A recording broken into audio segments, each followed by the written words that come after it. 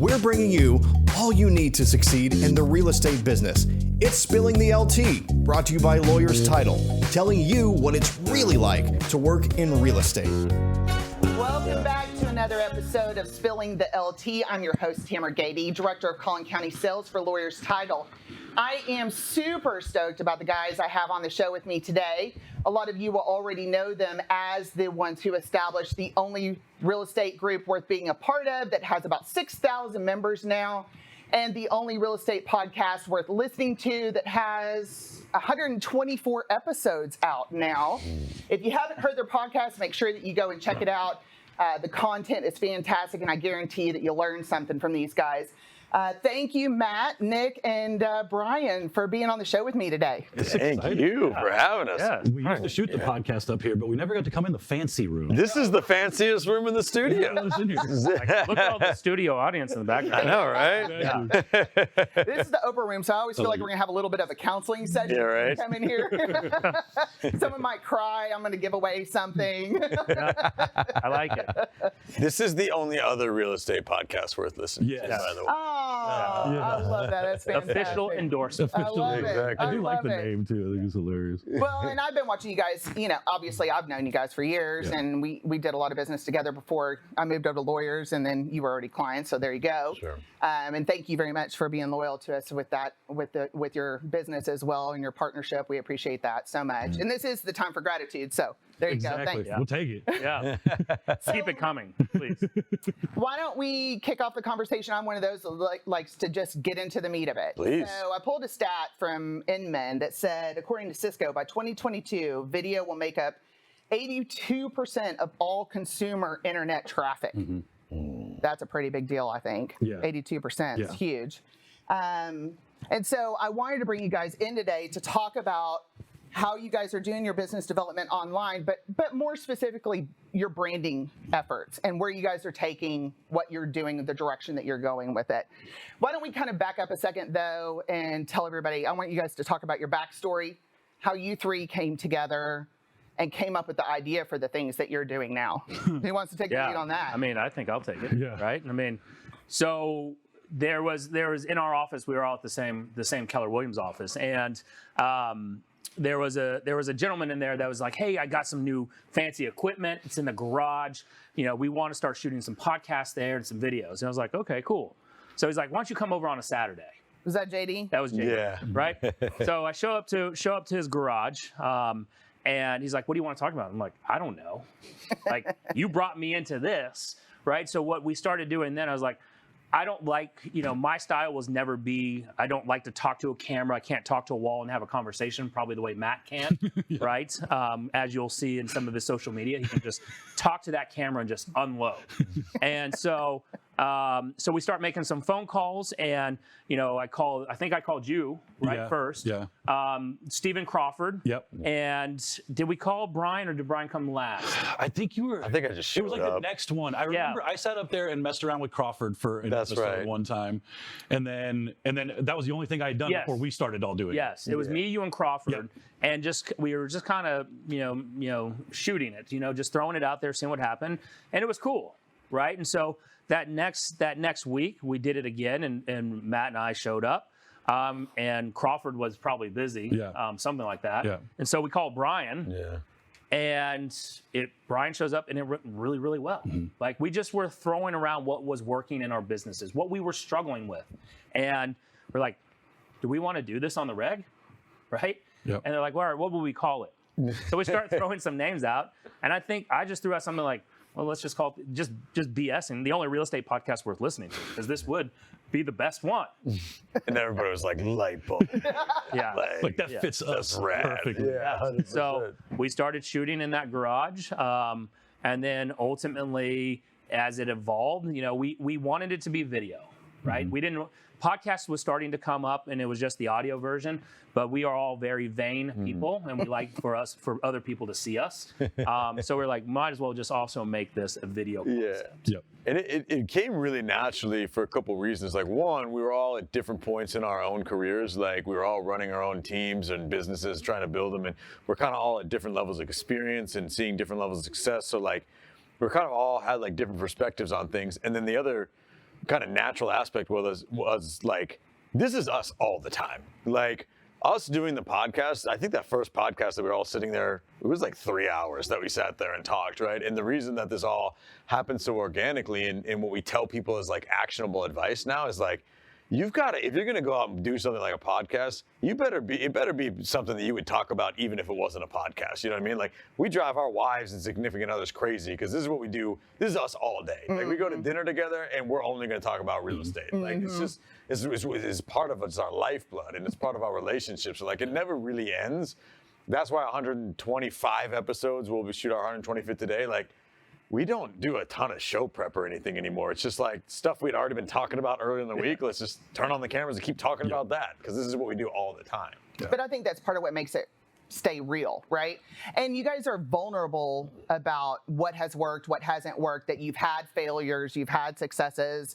You know, that was one of the things that I noticed in kind of listening to some of your back episodes. You know, Matt, you've always been very raw about, you know, what your progression in this industry has looked like. And I think that makes it more relatable, of course, because I feel like, you know, most of the time when people get on shows like this, they put on their best dress and they put on their best show, and it isn't really, it becomes something that isn't them. And that's something Kyle talks about all the time too, is your people already know you and love you. You need to be you. Yeah. I did dress up today. I put the joggers back in the drawer. These are his nice shorts. And wore my nice shorts because it's 80 degrees in December. I showed up here this morning. I was like, I almost said something like, "Thanks for dressing up for me, Matt." But I think that's the cool thing is, right? Like, you talk about it being so relatable, and we found this with so much of the other content we've done, is that people are going to be attracted to who they're attracted to, right? Like, we made it, especially now with Nick being a different brokerage than Brian and I being business partners, we said we were never going to use the podcast as a way to like pimp our own businesses, like individually or recruit agents or whatever. But there's no doubt been people have come into our worlds individually and as a whole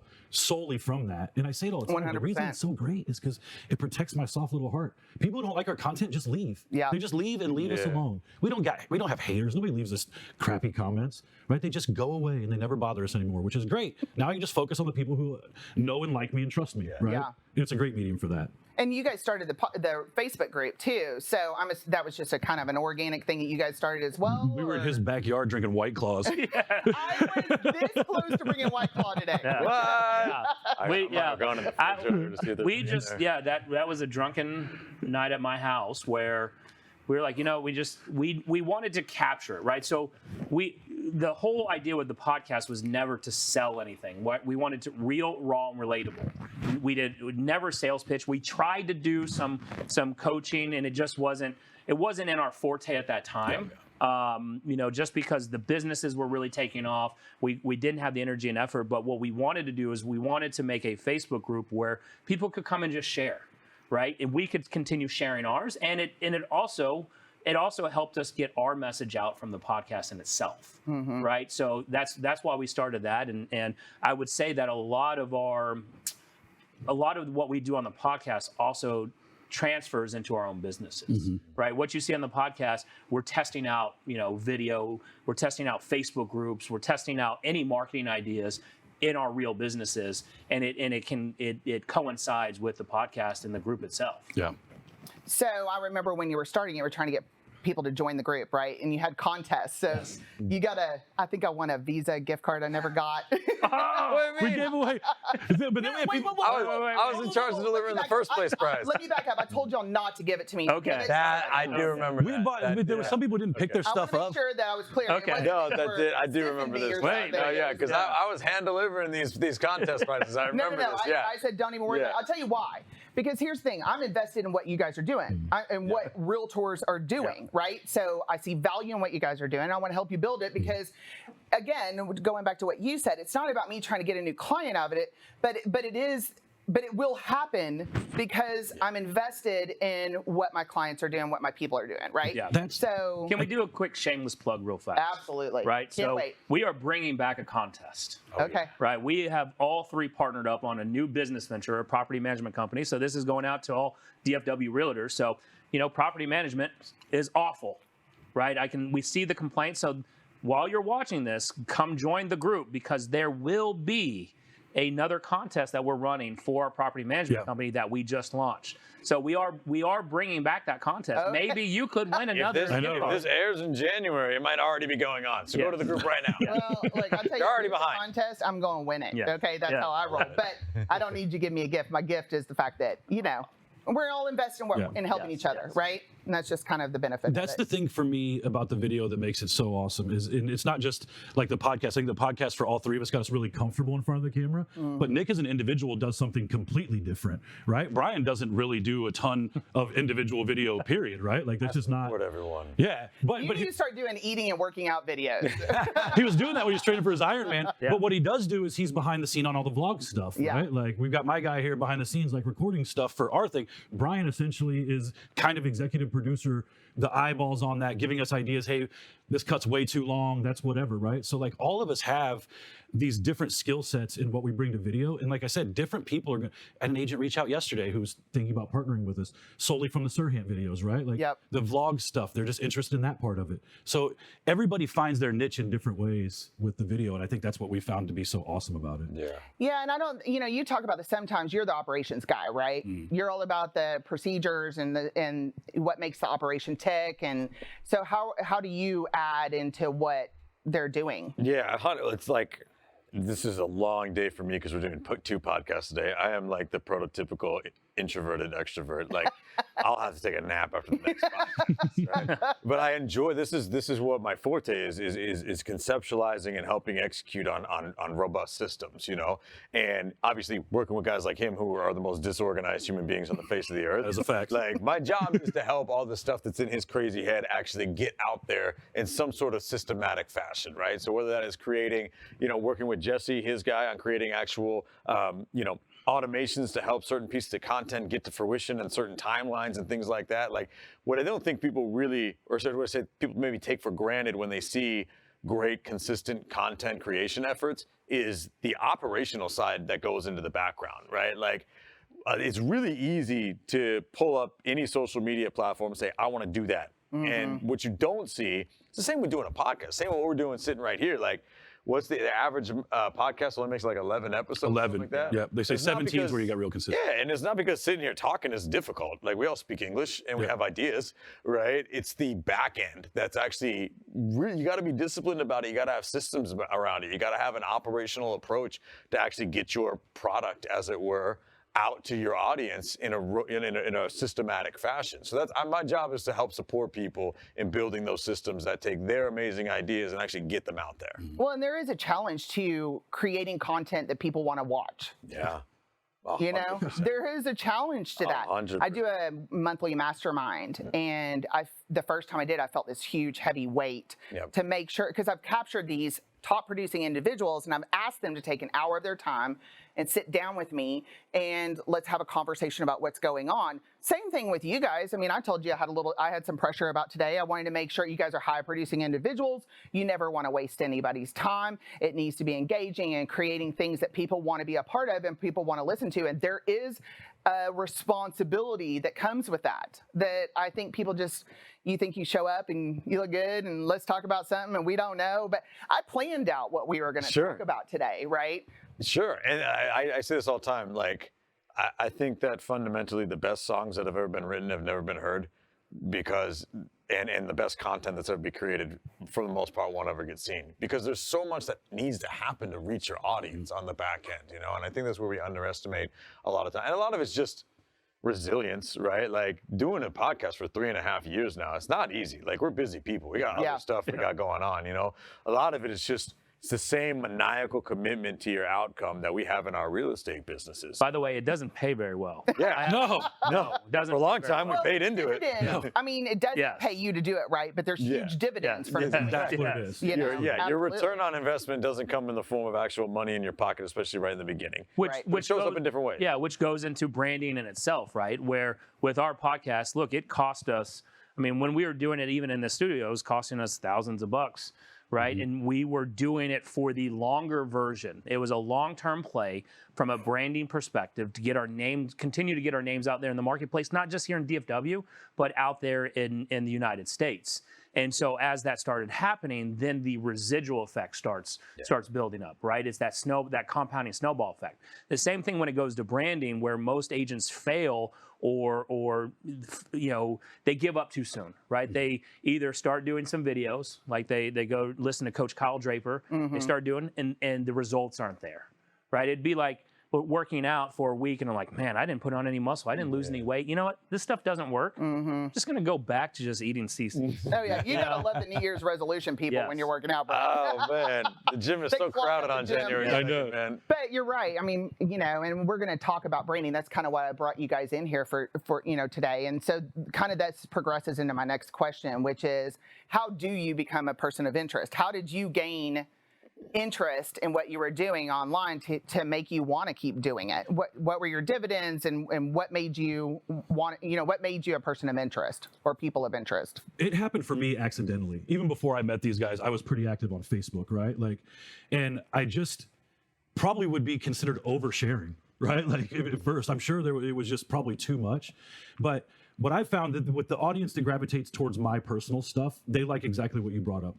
They appreciate the perspective and the vulnerability, right? For me, that was always really easy to do. And it was easy to share on Facebook, right? But that's hard for a lot of people. It's very hard. And I talk to agents all the time. Exposing yourself, it really very is hard. And I don't expose everything. I still got dark skeletons like everybody else, right? But I'm willing to go out there and share some stuff that other people would be really uncomfortable sharing. So there's an immediate bond when somebody almost has a crystal ball with you emotionally, and they're speaking to something that you think you only feel, and then they're articulating it, and you're like, oh my God, that's exactly what I'm feeling. I get those kinds of messages and text messages from certain pieces of content more consistently than anything else. Interesting. You know what I mean? Even with the most recent stuff that we're doing, right? Like all the vlog stuff is really putting us up. Trying to put together a 7-minute video of yourself talking about something that matters is unbelievably difficult to do. I think it is. It's so unbelievably difficult to do. And I feel like we're putting out solid content, right? But even I look at YouTube. I only have 300 subscribers on YouTube. I'm like, what in the hell? Yeah. This stuff's awesome. Where are all the people? And they probably won't show up for another 24 months. It's just a grind, right? And that's the part of it that I've learned from these guys, because that's what they do really, really well. I'm the emotional person, but looking at how consistency is showing up in their lives in so many other ways makes me look around and be like, all right, just stick with it. You've got the right people. You got Jesse running the camera. You got Brian giving you examples. You got Nick's brain in the room, right? Like just stick with it until stuff starts to happen. And it does, right? Like over time, it jumps off in certain different ways. I think it's a big deal that people, reach out to you offline individually and just say, hey, this piece that you did really affected me. That tells me that you guys are people of interest, right? So the podcast, the Facebook page, what else do you guys do? How did you establish becoming that person of interest? You got anything you want to throw in, Brian or Nick? I mean, I think it's the consistency. I mean, you don't become I hate to use it. Person of interest just sounds really weird. I know. It sounds weird to say about It sounds like a murder case. Yes, it does. Maybe award-winning person of interest. Right? And that was in my script here too. Right. I knew it was a big deal to you guys to say that you are award-winning. We're having fun with that bit. I also know something else that's a big deal to you. I did your 5-star review. Nice. Thank you. Somebody's listening. I know, right? But I would say that it's a couple of different things. That one, consistency, and it's the feedback in the marketplace, right? We're not talking at people, we're talking with them, and that's a big deal. What you just said. Yes, right. And something we've always talked about in our businesses, and something that, Matt and Brian's business has surpassed mine in less than 2 years, right? And it's amazing what they've built. And something that we've talked about is your message has to match the marketplace. And something that our podcast, I believe, does really, really well is that it doesn't go. We struggle with this because Brian's a high-level thinker, and some of our disagreements we have where we have to tailor. We've got to mute him sometimes because he'll go so high level that we're like, dude, people are going to gloss over. Mm-hmm. And we have to bring Brian back down because we have to talk at what people are experiencing right now, right? And everyone has in their business and even in their personal lives, they've got problems, right? And so we're just exposing the problems that we're going through, and it makes it relatable. That's it. Once you start doing that, and then how maybe to fix it or something that we've implemented that works, that I think starts becoming more that person of interest because they're like, all right, these guys are willing to share. Matt's the most vulnerable one out of all of us. And so he's willing to share what's going on in his life, how he's improving upon it, maybe how he maybe has slipped back on some things again. You know, he's the most relatable person on that show, and probably that I really know. You never told me that to my face for. It's very nice. You're welcome. Yeah, but I think that's why it all works so well. Is I know we're just pimping the property management company, but you can't come on our show and say we're trying to sell you something, right? We've had people on our show who we would probably look back on and maybe skip it if we could do it over again, because their message isn't clear and coherent. It's not coming from contribution, right? Like I don't know if that was our original intention, because we did try to start the coaching company and do some other things, but that's because we're entrepreneurs and we're implementers, right? Like we're going to try and find new stuff to do. Sure. But there's no part of the show or anything that any of us do from a social media perspective where we're looking to be rewarded. Like you said, we know the clients and the rewards will come through consistently just coming from contribution. Like-minded people will find you. And I think that's what a lot of agents or people in general do wrong with video is it's hard to be clear about it at first. That's something they always tell you is to get clear about it. That's almost impossible right at first. But you do have to be consistent, and you do have to come from a space where it is solely about helping or contributing to a group of people, not about getting something back, because I think it's really transparent. And maybe not be a flip-flopper. Yeah. Meaning, how many times have you seen someone talk out of both sides of their mouth on video or online, and you lose credibility? I don't think any one of us has been a flip-flopper in a sense of what we put out there. Or if we've had said something that we thought was working, then we retract it later and say, we thought this was the angle. Yeah, own it. And we own that, right? Where, you know, it's all about creating authenticity and credibility. Yeah, that consistency aspect, I mean, they both just mentioned it as well.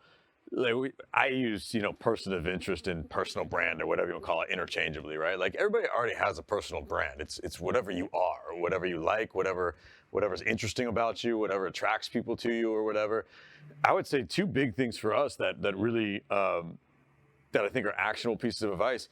This is going to sound weird, but I say don't try too hard. And what I mean by that is, imagine anything else we did in our real estate business if we approached it the same way that a lot of people approach video. Like if I came in one day and I lead generated and didn't set an appointment, I was like, well, that doesn't work. Like, and I just tried something completely different the next day, I would never get any traction whatsoever. Sure. That's a lot of times what we do with like content creation or trying to get exposure for our personal brand is like, we want things to be perfect right out of the gate, and so we try to do them like right. And then when they don't get the result we want right away, we're automatically in pivot mode, and we're like, what's the next thing we should be trying, or what's the next platform we should be using, or what's the next idea? Like we'll spend hours upon hours of hours masterminding around the top 50 videos, ideas I want to do, but then when number one doesn't work, we're like, we got to torch this whole thing and try again. You know, some totally different. The podcast for us has helped grow our brands or persons of interest or whatever, because we don't really try too hard to be anything different than we are.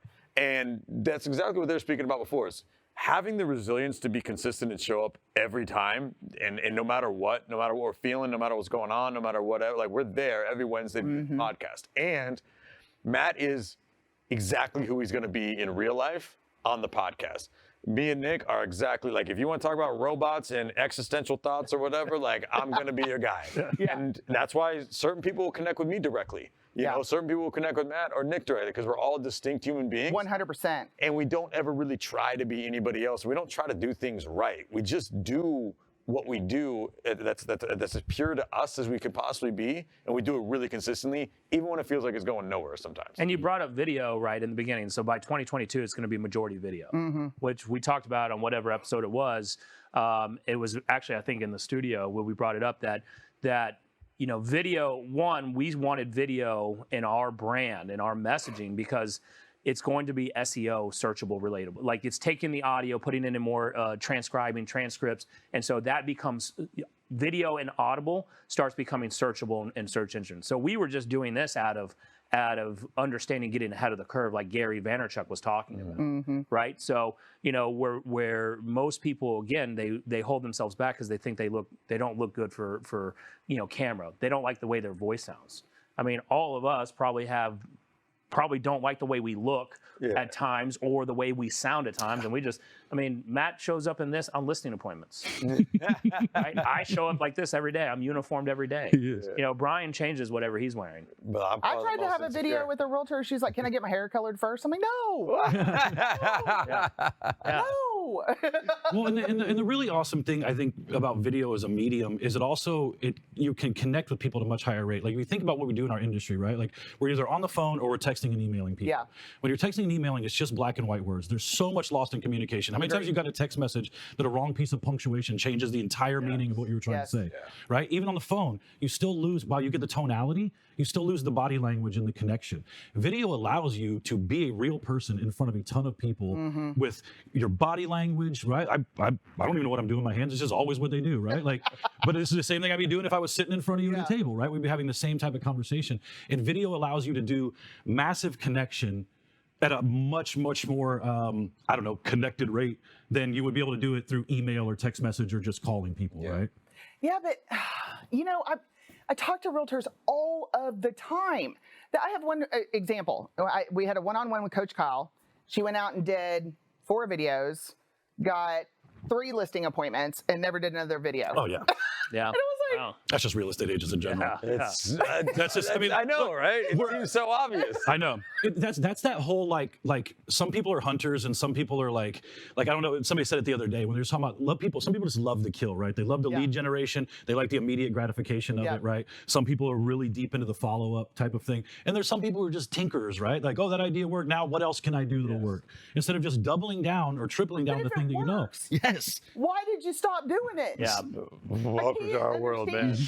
Welcome to our world. There is so much hesitation around realtors and video.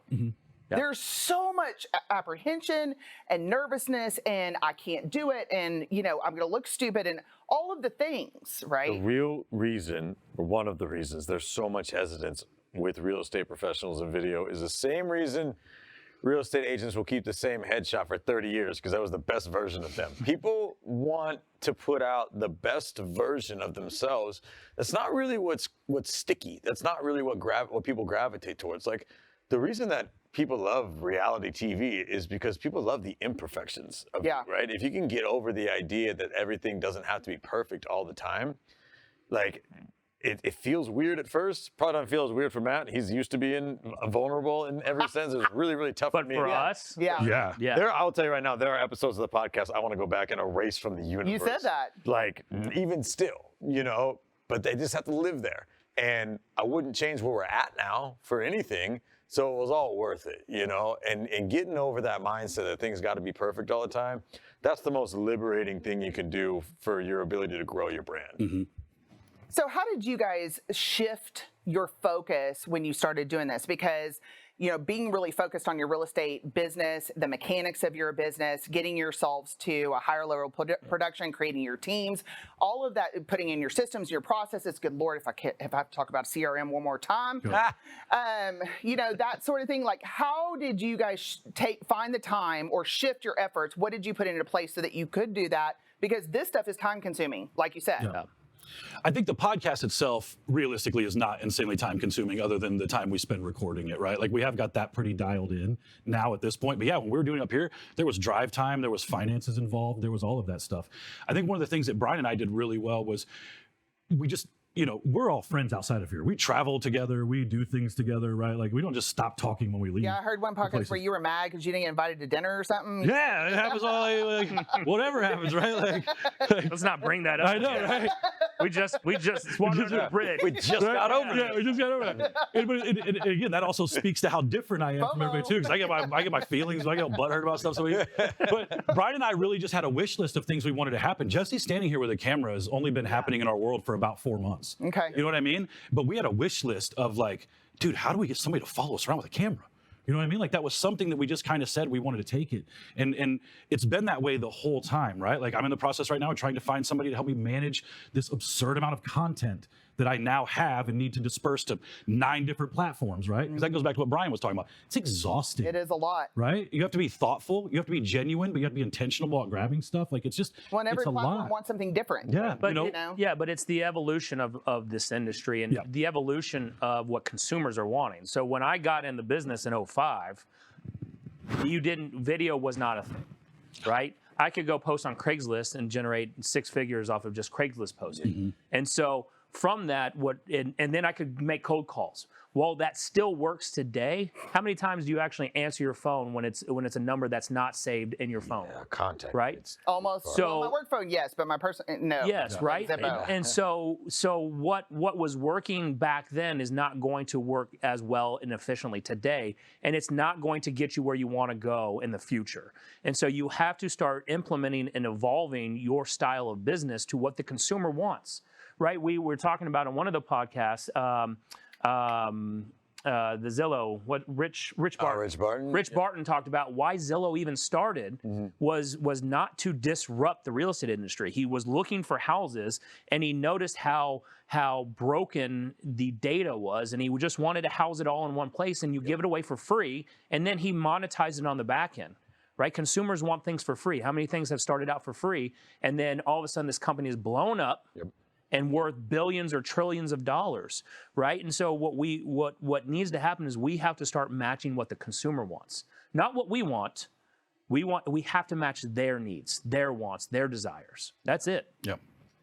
I think even beyond that, to talk about how this kind of got off the ground and why we've been able to do it for this long and kind of, see a lot of cool things come into our world that really weren't there when we first started. Like, time blocking the stuff that's important to you really should be the easiest part. The reality is, like, you've got enough, like, there's a lot that goes into making all this stuff happen. And there's a lot of stuff that we do that I would say most of us do during the day that's not hyper productive, that we feel like it makes us really busy, or we feel like it's paying off, or we feel like it has to be done or whatever. And a lot of us we're just idle a lot of the time too. Like the reason that we've been able to kind of make a lot of this stuff happen is we just showed up and made it really, really important to us, even when it didn't feel like it was going anywhere. And to that end is, like, when you start to see progress with it, you start to look over the fence at, like, everybody else is doing it at a higher level and all the things you need to be doing. And then you get discouraged a lot of times. Like, we didn't always have an awesome dude following us around with high-end equipment to just document our entire lives, right? We wanted it, but we also didn't go out and, like, blow a bunch of money hiring someone right away. Or we also didn't quit because it wasn't happening right away either, but we also we also have thrown out there, should we keep doing this, right? There has been, it's not always been skyrocketed up. There's been times where we sat around at lunch and, like, let's just end it. Because we weren't on the same page at times in terms of, how to monetize it. Or one person like Brian, let's be real, Brian does most of the back end of the work. We are not great at this. We're not back-end people, right? And so, it can be overwhelming. And then you just have to, again, we are all consistent though. If there's a theme of today's show, it's that consistency part where we hear it all the time. But as soon as you keep that consistency, the compounding effect wins. It happens. You won't lose, guaranteed. We can put a guarantee on it that if you do something, if you make a live video every single day reading a children's book, guarantee you'll still get real estate sales from it. That's super true, and that goes for everything that you're trying to build. Like, that's one thing that the three of us have in common is don't come to us with your excuses about why you can't get stuff done, right? I've done podcast episodes from the middle of the Pacific Ocean. I had to zoom in with my freaking laptop with, like, 1 bar of service. I feel so sorry for you that day. Because it was Wednesday and it was 3 o'clock, and that's what we do on Wednesdays at 3 o'clock. I feel sorry for us. And it was garbage too. There was like a 30-second delay, so, like, I would say something and, like, it wouldn't show up to. It was a disaster, right? But we never made excuses for why we couldn't do stuff. And like, the live video or just creating consistent video content is the same way. Like, you can always find some reason where, like, the diet starts on Monday, right? You just can't come to us with those excuses. Like, that's one thing we don't make is reasons why we can't do this stuff. Well, but I don't want to spend a lot of time on this, but because I do have some other questions I want to ask you guys. But, I think it's important to note that you didn't go from 0 to 100 and skip 1 through 99, okay? You guys had already established your real estate businesses. You already had a reputation here locally. And so that's what catapulted you to go to this next step, right? And I think that's where sometimes we get lost, is we see what you guys are doing and we're like, oh my God, I gotta do this. But you have to establish your real estate business. You got to start with baby steps. Just do a video. Do one.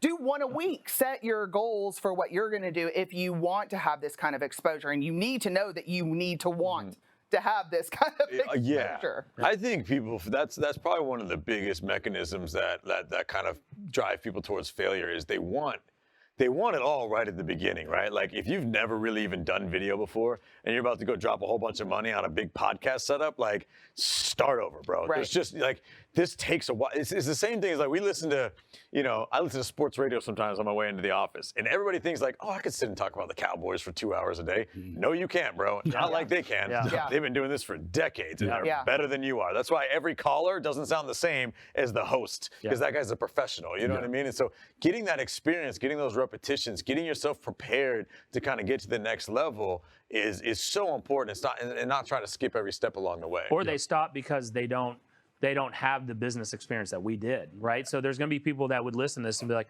well, of course they're good at this, or of course they have something to talk about. They had been in the business a while. They were successful for a while, right? And so, one of our mentors talked about there's two things you can do. You can be an originator of content or a collaborator of content, meaning you could come on others. You could start your show, but bring persons of interest on there. You could bring us on, right? And all you have to do is start asking us questions, and that starts to elevate your brand. That starts to elevate your status, right? There are people with zero business that starts from zero, starts interviewing, more influential people in their community. Now they're the experts, right? And they didn't originate content. They just collaborated with content. Oh, I don't originate any content. I'm a really good interviewer. That's good. That's it. You're documenting your Yeah. journey of becoming an expert when you do it that way. You're building your credibility essentially on the fly by absorbing the information of your guests. It's a great way to do it. That's the other thing too. The cool thing about being in the interviewer position is you get to ask all the questions you want. Like when we've had like Tariq El Moussa and like other people on, I've gotten the biggest nuggets from being able to sit back and listen to other people talk. Where it's just the three of us. Again, we spend so much time together. It's not like we don't drop bombs on each other every once in a while, but like for the most part, when you get somebody new in the room and hear their perspective, it's totally different, right? And I get more actionable stuff from that than I probably do when it's just the three of us chopping it up. Well, right? that leads us in. Let's bust into your Ryan interview, That's pretty sweet. So, quote, I don't wake up a broker, I wake up a brand. Every day that guy. That was a big deal. It was huge. How did you get that interview, first of all? So he's Inquiring minds. Yeah. So he's. I mean, like. First off, who was it? You just used the word Ryan. Oh, yeah. Assuming. Sorry. Yeah. I just assume everybody Yeah. does, Yes. right? So Jesse and I flew up over the week before Thanksgiving to have an hour-long sit-down with him. That's part of, because look, you talk about what it takes. I now am spending money on brand coaching, right? Like part of all of that Sirhan thing is part of a larger branding collaboration where, I mean, I'm putting together press kits now and making lifestyle photo shoots, and it's just the silliest stuff. That's all your life. Right? Like it's the silliest stuff. But Just wait. I want to do some stuff with you that's going to come. I'm all about it. Yeah. You know what I mean? And Well, like, and seeing your Real Producers cover is what won you guys an award. That's why. it was so good, right? That photo was taken right out there. Yeah, photos taken right here in the parking lot. Yeah. Cool. But there was an opportunity to do something like that either via Zoom or to fly to New York. And right, like that, it goes back to what Brian talked about. That wasn't like a zero cost video. You know what I mean? Like 2 people flew to New York. Yeah. You know what I mean? Like there was time involved. There was all kinds of stuff. But to be able to capture something like that lends almost immediate credibility to a whole lot of stuff you're doing, right? People see Ryan Sirhan on TV and then see me sitting across the table from him and they ask questions like you just asked, like how in the hell did he pull that off, right? Somebody in Nick's world even looked at Nick and was like, what? Yep. You know what I mean? Like, so it has such far-reaching effects to be able to sit down with somebody like that. And then on top of it, it was just gold. I mean, I've watched his interview with other people. I watched one today in his stories.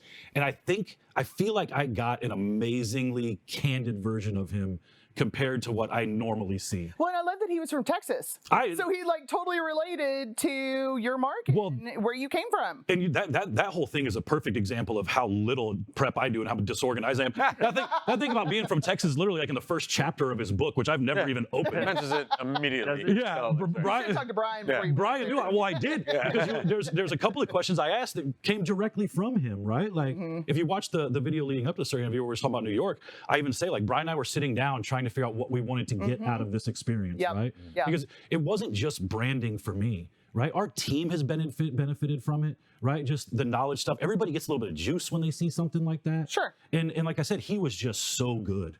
It was giving up so much, I thought, really, really great info. But he's obviously a brand, right? He is doing it. And that's the next. That is what you guys I feel like you already are a brand, whether or not you feel like you are or not. Yeah. I think you are. It doesn't reach as far as his It doesn't reach, sure, but you're going to get there. Yeah. But his it mindset about is thinking so bigger. good around it. What he does so well, and that goes back to just that line, like, I don't wake up a broker, I wake up a brand. Like, the reality is, whatever you do in your business, people should already assume that you're good at it, right? Like, Ryan Serhant doesn't need to prove to people that he knows how to sell real estate, right? And maybe he did in the past, but even, real estate businesses are a great example. Like, if you're a licensed real estate agent and you have people in your world that know, like, and trust you, they're going to want to work with you, right?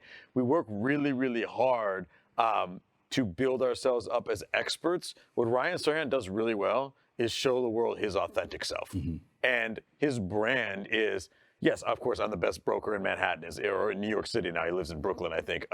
Is what he is striving for to accomplish in his business. And his brand is, I'm me, Ryan Serhant, and that's what I'm going to accomplish. Period. I'm not trying to convince you that I already am the best broker in New York.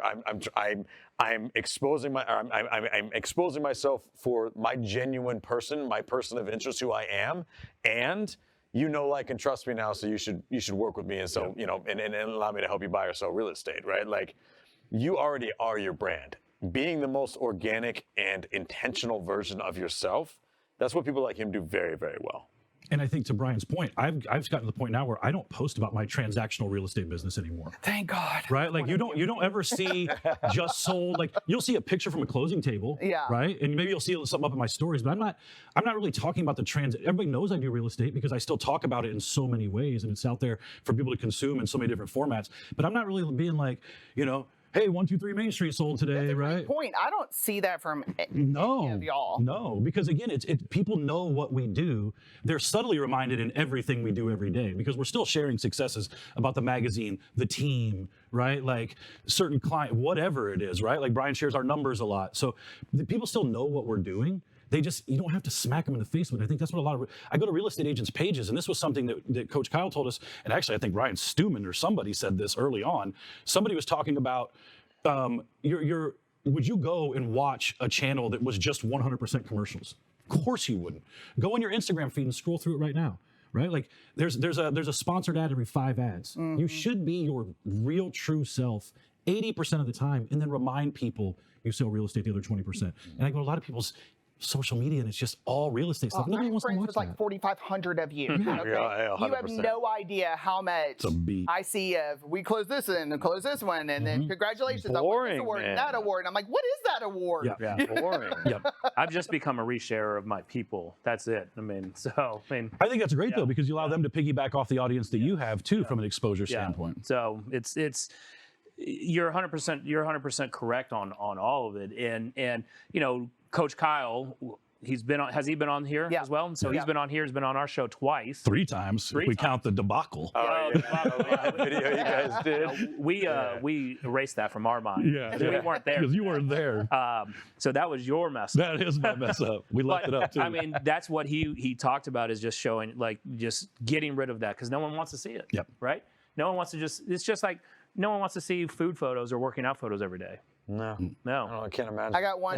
He takes pictures at the gym almost every week, and multiple times a week, of him standing in front of the mirror at the gym going like this. And I'm like, weird. It's weird. Oh man, it's so boring too. Should we start that though? We should. All 3 of us. Yes. See, I do this bit though, because this is where I'll step in and say, like, every Monday is squat day. Yeah. I know what I'm doing when I post my 15-second picture of the squat. I do it on purpose, and I get people clowning me for it, and it's just become a bit, right? Yeah, like, created interest. It's created a Usually bit. it's me 100% clowning. Oh, it's almost dude. I get a lot of flack for those. Yeah. Because it's always a butt pic. You know what I mean? Like, I'm doing the whole thing, so whatever. So we are going to have to probably wrap up here pretty quick, but I do have another question I want to ask you before we do this. So what are you doing right now that's paying, and what are you planning to do that's going to pay you dividends in the next, 3-5 years? And what's your end game with all of this? That's kind of a good question. At the end game, I don't know, because Nick even just brought it up, right? We don't really have any idea how long the podcast is going to go, how long it continues to make sense, right? Like, I think I can't see an end to it right now, and inevitably it will, because I think there's an evolution to the podcast. Yes. I mean, there are some things that in the next 3 to 5 years that may be a shocker of what ends up happening. Yeah. Right. So, the final chapter is yet to be written. Yeah. Right. And with our businesses, combination of our businesses that we all have. So I don't know if we really can, when everyone's like, what's your 5-year outlook look like? And I hate when people project that. Yeah. No, I'm not really wanting. I mean, and I don't know that I necessarily expected you to have an answer to what your end game was, but more so, what are you doing right now to kind of tee up what's going to happen next? I guess maybe that's a better question. I think the big thing is, like, we've realized that in order for stuff to grow beyond what we've done with it now, there does need to be probably human infrastructure, right? Like, there needs to be a person who helps us get it all put in one place, that pushes the content out other places, that drives people back to our YouTube channel, right? Like, there's a human element to making some of this social media stuff get outside. Sirhan has 14 people on his content creation team. That's incredible. 14, right? That's incredible. And so when you look at his stuff, it obviously takes a small village to do what he does. And he also walks in the room, he holds up a picture, says, new book coming out tomorrow, sets it down, and he's off to the next thing, right? That human piece of leverage is the thing that I would love for all of us to have, because the reality is Brian doesn't post a bunch of stuff, but it's not because there isn't a ton of stuff for him to say. He just didn't give a rip about social media from that perspective, right? Yeah. He has other things going on, and his day has time that he's doing stuff that's more important to him, right? Like, if we could have somebody dialed in that was moving all that stuff forward, I think that's what takes all of this to the next level from where it's at, because our physical manpower reach has probably extended us as far as we're going to go for the most part. I think our next move is the TMZ style real estate show. Yeah. Just doom and gloom all the time. Yep. There's definitely more infrastructure that needs to be there. We've talked about that a lot. As far as, like, I think the actual, like, what does the podcast or whatever we do next look like? Like, obviously we need to build out a more robust infrastructure to put together whatever it is that we're trying to do. From an actual content standpoint, same reason, going back to, like, Nick saying, like, he hates the 5-year question. I do too, only because, like, our philosophy always has been and always will be, like, everything that's come into our world that's been good is because we've been really, really focused on just giving everything that we can give to other people without really expecting much in return, right? Like, if you listen to the podcast, you pretty much get an idea of how a few $100 million real estate teams run, like down to the studs. Like, we say stuff on there, we talk about stuff on there that other people might consider to be almost proprietary information. You know what I mean? Like, we've done it in our live shows. We've done it in our training events. We've talked about taking the podcast kind of on tour almost and helping other people grow. Like, what that's done for us, I know it'll be super rad. Kind of cool. And what that's done for us is every good thing that's happened, whether it's in our business or in the podcast, is because we've built relationships with people.